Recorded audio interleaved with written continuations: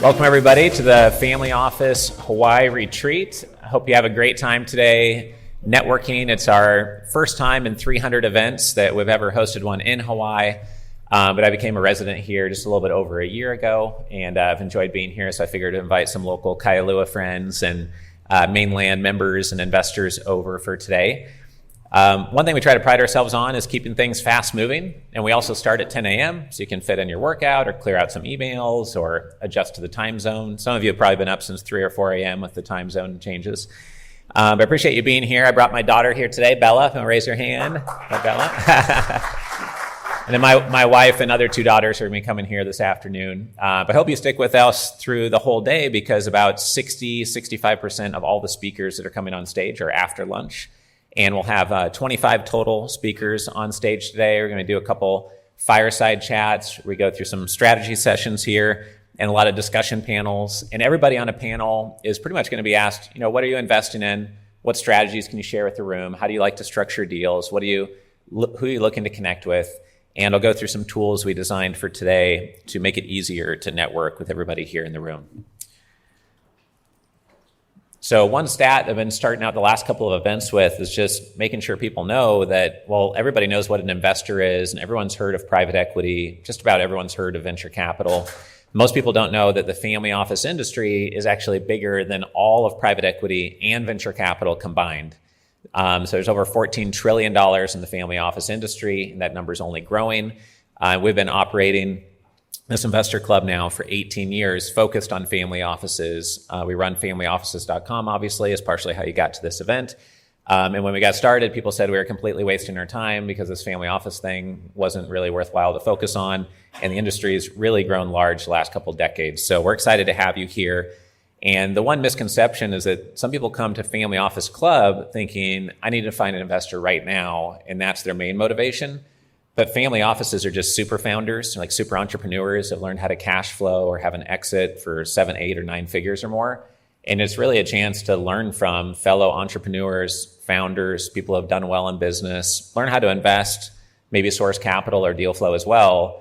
But it's being in a room with some of the most successful business people on the planet. They're called family offices. So it's just something to keep in mind.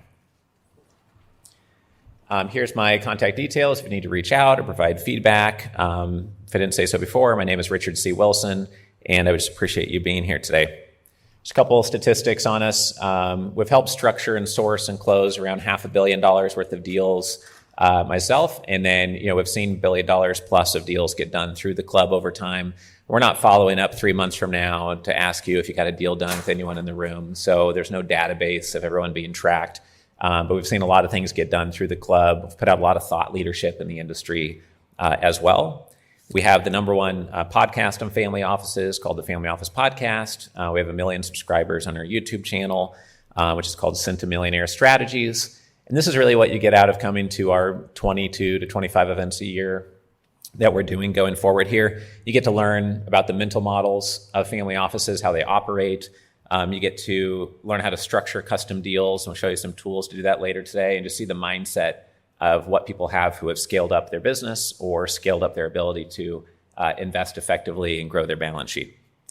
So over the last 18 years, we look for what are all the smartest investors doing, the ones who are growing fastest, raising the most capital, investing most effectively, and what does everybody do when they're starting out, and what do all those two different groups of people have in common, and then kind of just document that and share that with the room.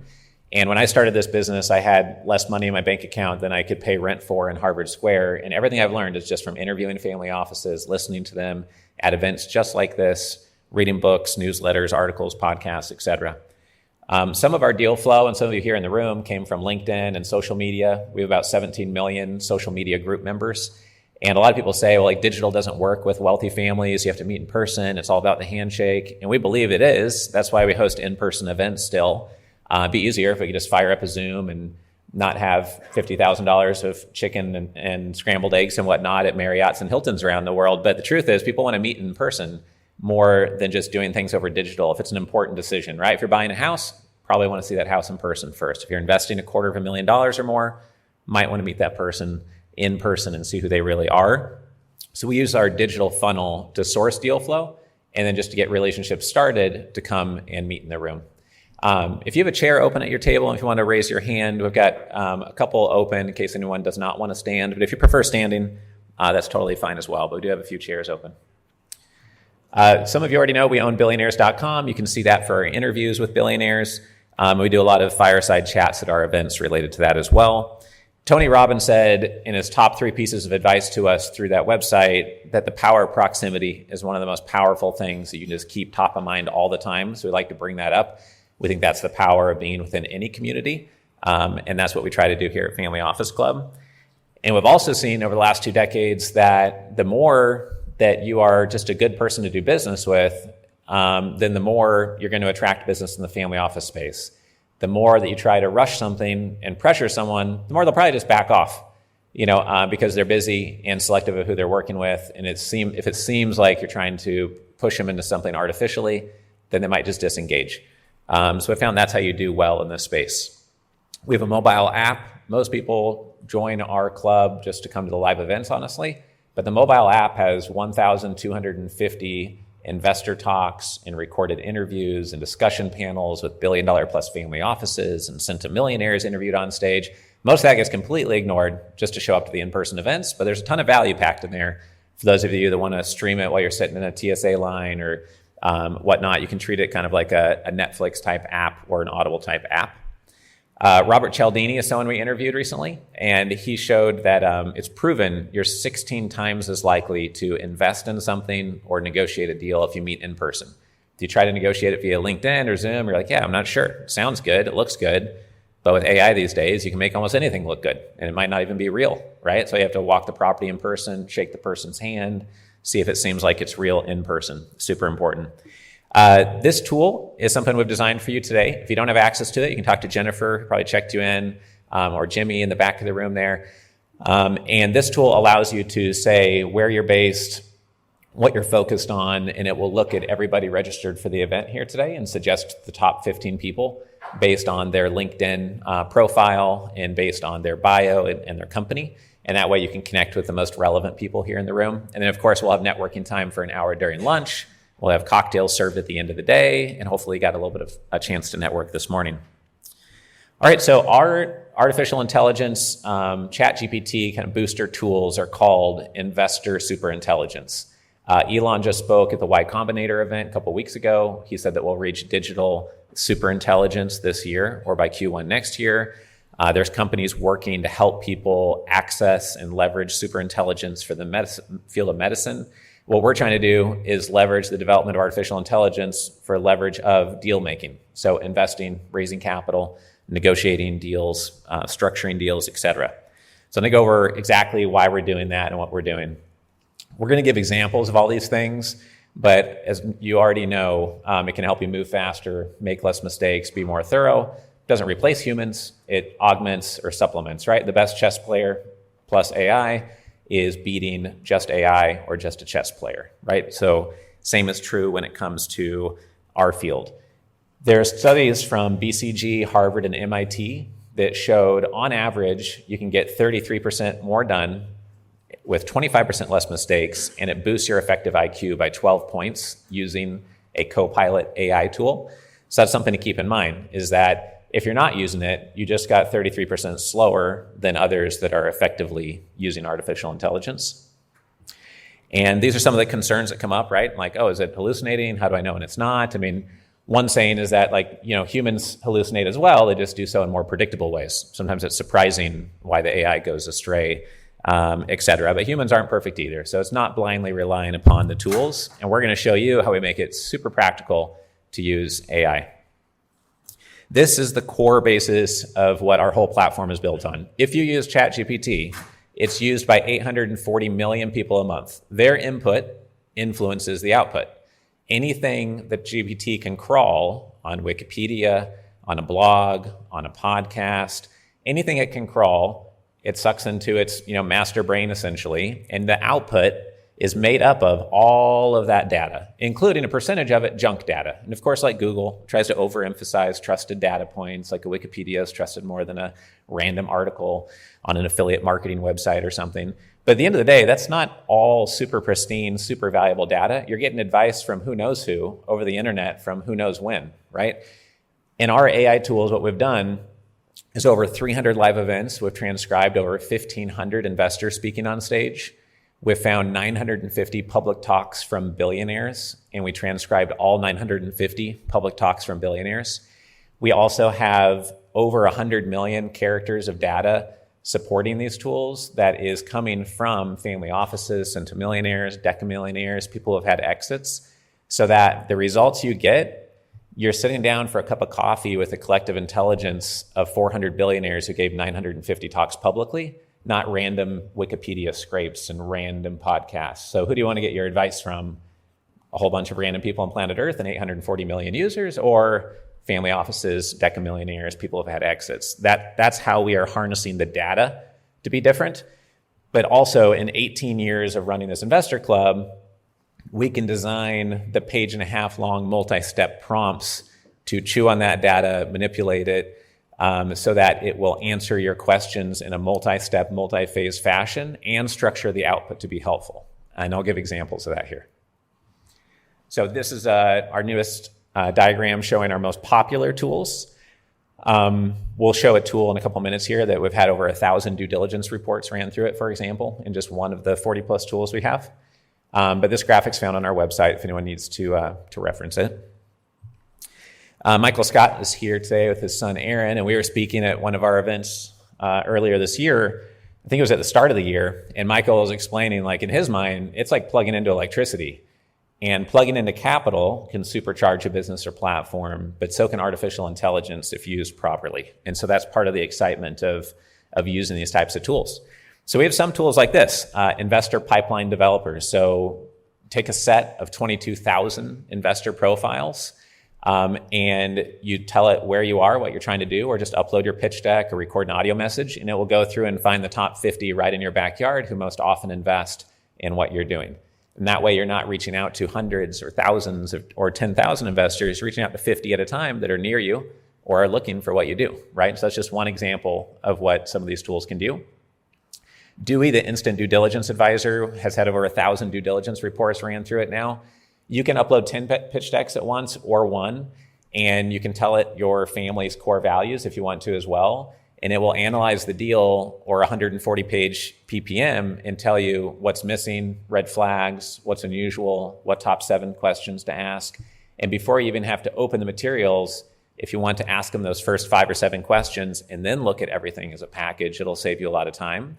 We've also uploaded 10 pitch decks at once and had a little kind of UFC cage match between the pitch decks and basically said, rank these in terms of asymmetrical risk, how experienced are the CEOs, which one has the most and least downside risk, et cetera. Narrow it down to the top 3 deals and then spit out due diligence questions just on the top 3 out of those 10 deals. So there's just some examples of how you can instantly have 140-page, investment document analyzed and top risks identified. You should still read every word of anything that you're going to invest in yourself. It's not to replace that. It's to save you time when all of us are busier now than we were just 2 years ago.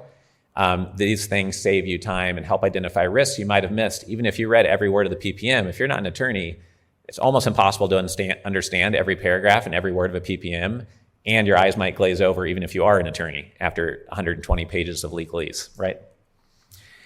Investor superintelligence tools are like collective intelligence. We have in Investor Advantage all the transcripts on stage, and you can ask advice, structure deals, record an audio message, say what you're doing, say what your challenges are. And it's like sitting down for a cup of coffee with somebody who's been trained on everything that's been said on stage at our 300 events. And the way I like to explain it is nobody wants to read a 1,900-page book of transcriptions of what's been said on stage. Everyone just cares about how does that apply to what I'm doing right now and what I'm deciding today. You just need to access that 0.1% right now in real time. No one wants to read a 2,000-page book, right? No one has time for that. This is one of my favorite tools. It's trained on 1,000 deal structures. So you can say, here's what I'm solving for. This is what I value. I want to protect my equity. I want to use gross revenue royalties. This is what the counterparty wants. Here's what could blow up the deal. And you describe it and give it context, maybe upload your pitch deck. And then you can enter that in here. It'll suggest 10 deal structures. You can say, I like number 2 and 8, design 10 more like that. It does it again. You say, I like number 1, show me 10 more like that. Do that over and over again until you have a structure that you want to propose. And then when I talked about almost 20 years running this club, knowing how to structure these tools, the output will then suggest, would you like me to write the email to the counterparty and your attorney explaining the parts of this custom deal structure and why it's a win-win? Because if you can't explain it to them, they're going to see a creative deal structure as trickery or confusing or like, oh, that's not normal. It's like, yeah, the whole point is it's not normal. It's better than normal because it's dialed into exactly what you said your fear was or exactly what we both value, et cetera. So that's a good example of even if someone else had all of our data, the structured output and the structured processes to go through and just how a deal moves forward is important. Okay, this is something I want to emphasize 2 different times today because we found it to be the most popular slide at our last event series. And it was a capital raising mastery workshop. We went through 135 slides, and this slide had the most requests for someone to either take a picture of it or have questions on it. And what I found is that every investor would like to only look at things that are structured like this ideally. Something that is highly unique. It's not something they've seen hundreds of times, otherwise they won't be interested anyways. Where you can say what you're doing in one sentence that makes them lean forward and want to learn more.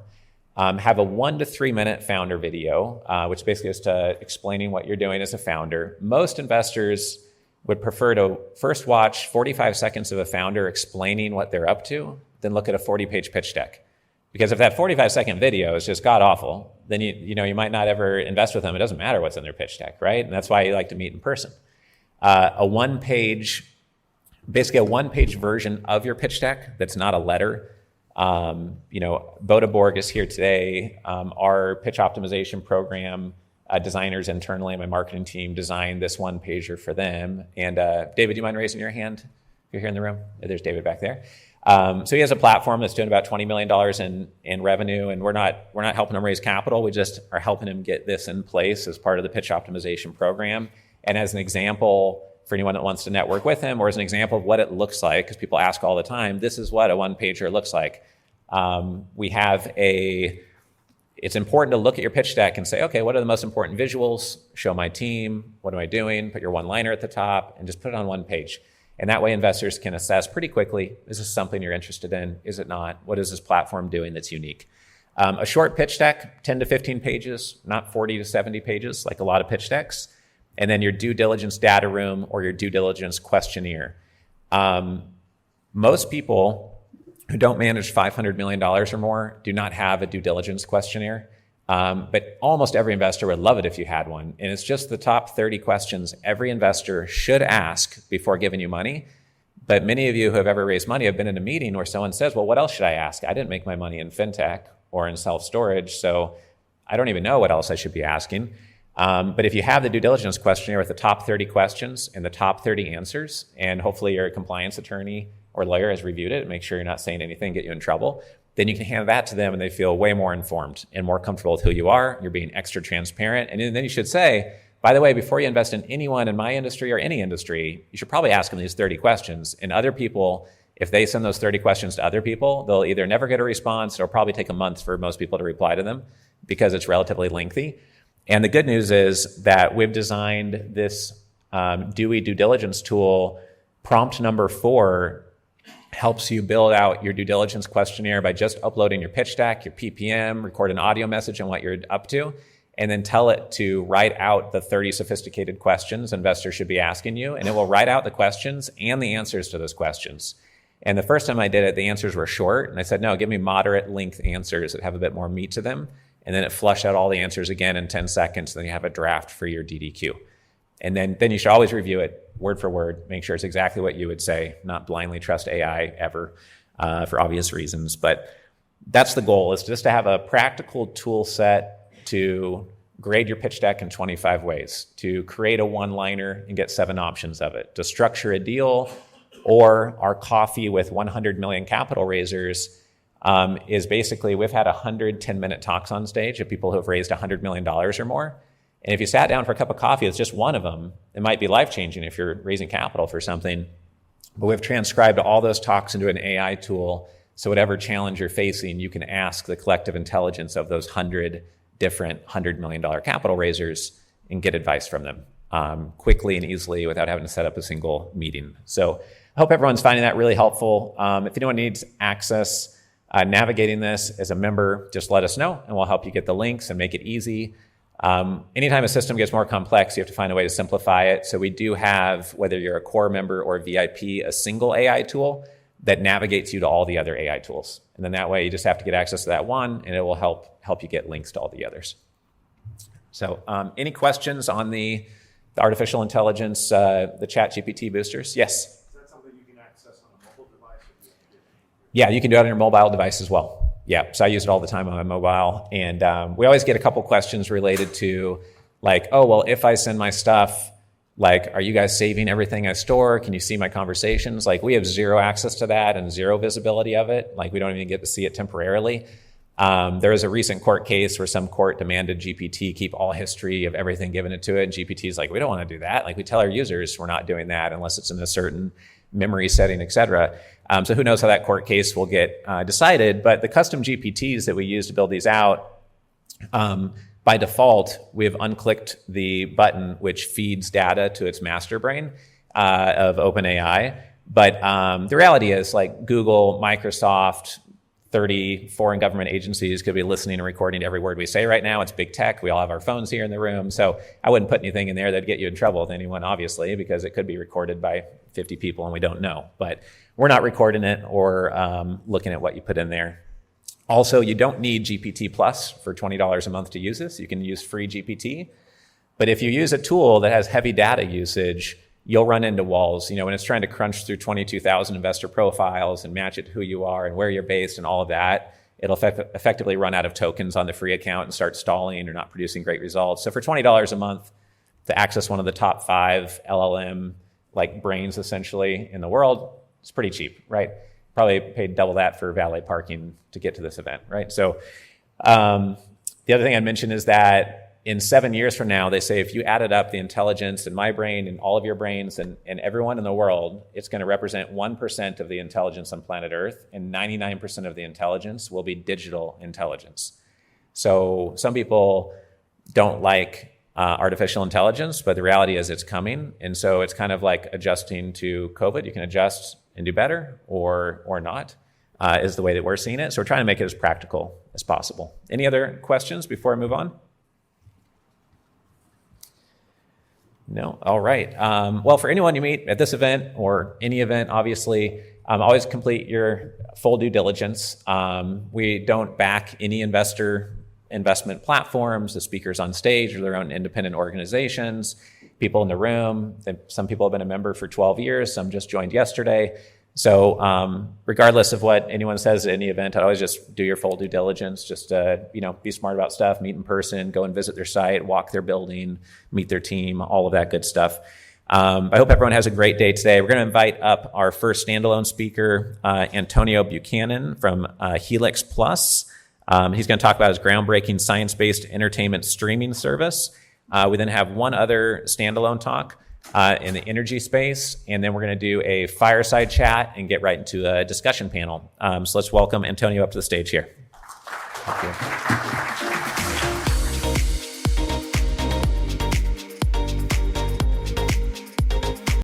If you are a founder, raising capital, developing real estate, or you're an investor, would love for you to get involved in the Family Office Club.